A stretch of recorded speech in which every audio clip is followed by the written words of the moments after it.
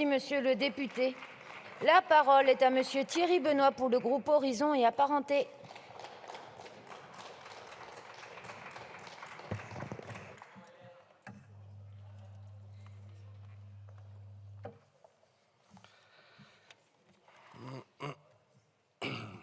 Madame la ministre, monsieur le président de la commission des affaires économiques, monsieur Bompard, monsieur le rapporteur, mes chers collègues. Monsieur le rapporteur, donc, vous avez identifié un sujet qui, comme j'ai pu vous le dire en commission au nom du groupe Horizon, me tient particulièrement à cœur. C'est celui du partage de la valeur, du partage de la richesse créée dans un pays agricole, dans le pays le plus agricole de l'Union européenne, qui est la France. Et depuis de nombreuses années, je me suis intéressé avec d'autres députés sur différents bancs de cet hémicycle sur cette question. Et c'est ce qui nous a conduit en 2019 à enquêter, à créer une commission d'enquête pour essayer d'approfondir et de voir un petit peu où est le mal.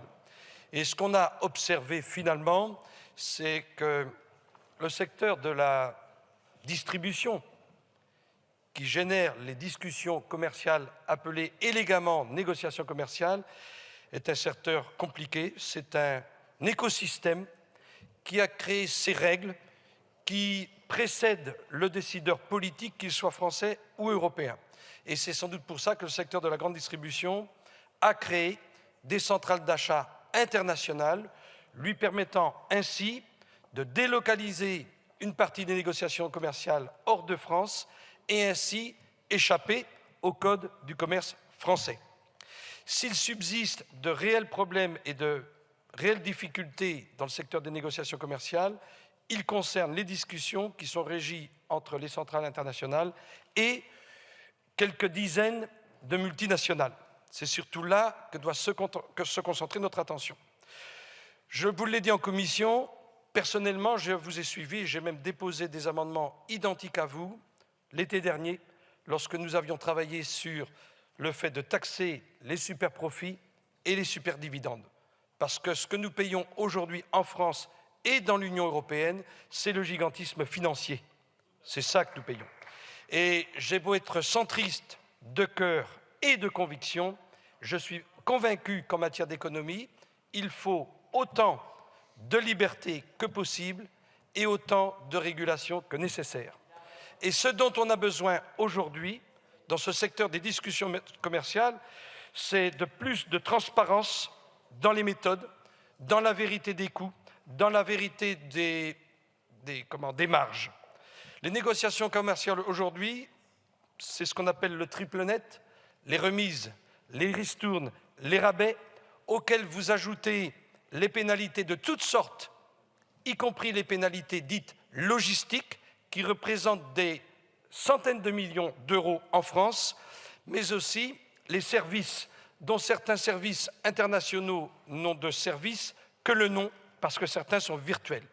Et pour tout vous dire, monsieur le rapporteur, je sais gré et je reconnais votre volontarisme, je pense qu'une proposition de loi ne va pas suffire pour endiguer toutes ces problématiques.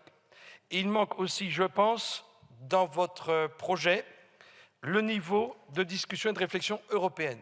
Lorsqu'on avait travaillé avec la commission d'enquête, j'ai vite compris que nous, en France, nous avions créé un certain nombre d'outils pour encadrer, pour mieux maîtriser le cadre des négociations commerciales. Nous avons la Direction générale de la concurrence, nous avons créé en France l'autorité de la concurrence, nous avons la commission d'examen des pratiques commerciales et nous avons enfin l'Observatoire de la formation des prix et des marges. Et je pense, monsieur le rapporteur, que votre proposition de loi, elle peut permettre aujourd'hui une avancée.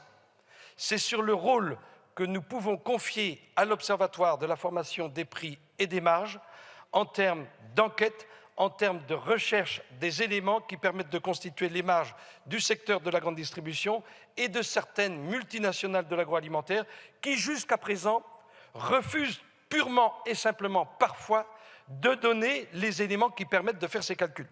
Et à travers les amendements que nous allons discuter, je pense qu'on peut, entre guillemets, atterrir et faire adopter un article qui permet à l'Observatoire de la formation des prix et des marges de travailler avec la Direction générale de la concurrence et avec Agrimer, avec comme objectif, pour nous députés du plus grand pays agricole français de l'Union européenne, eh bien de préserver l'élevage. Parce qu'actuellement, les agriculteurs tournent les panneaux d'agglomération de nos communes parce qu'ils considèrent que nous marchons sur la tête. Je prends un seul exemple. Je suis le député d'une région en Bretagne où il y a encore pour l'instant du lait qui est en déprise totale parce que dans le même temps, on demande à réduire le cheptel laitier, donc moins de prairies, et on demande à labourer les prairies pour faire des cultures. Merci de Donc conclure, on voit bien cher qu'il y a là collègue. un problème qui est lié au revenu agricole, qui est le sujet que vous pointez à travers le partage de la valeur. Merci, monsieur le député. La parole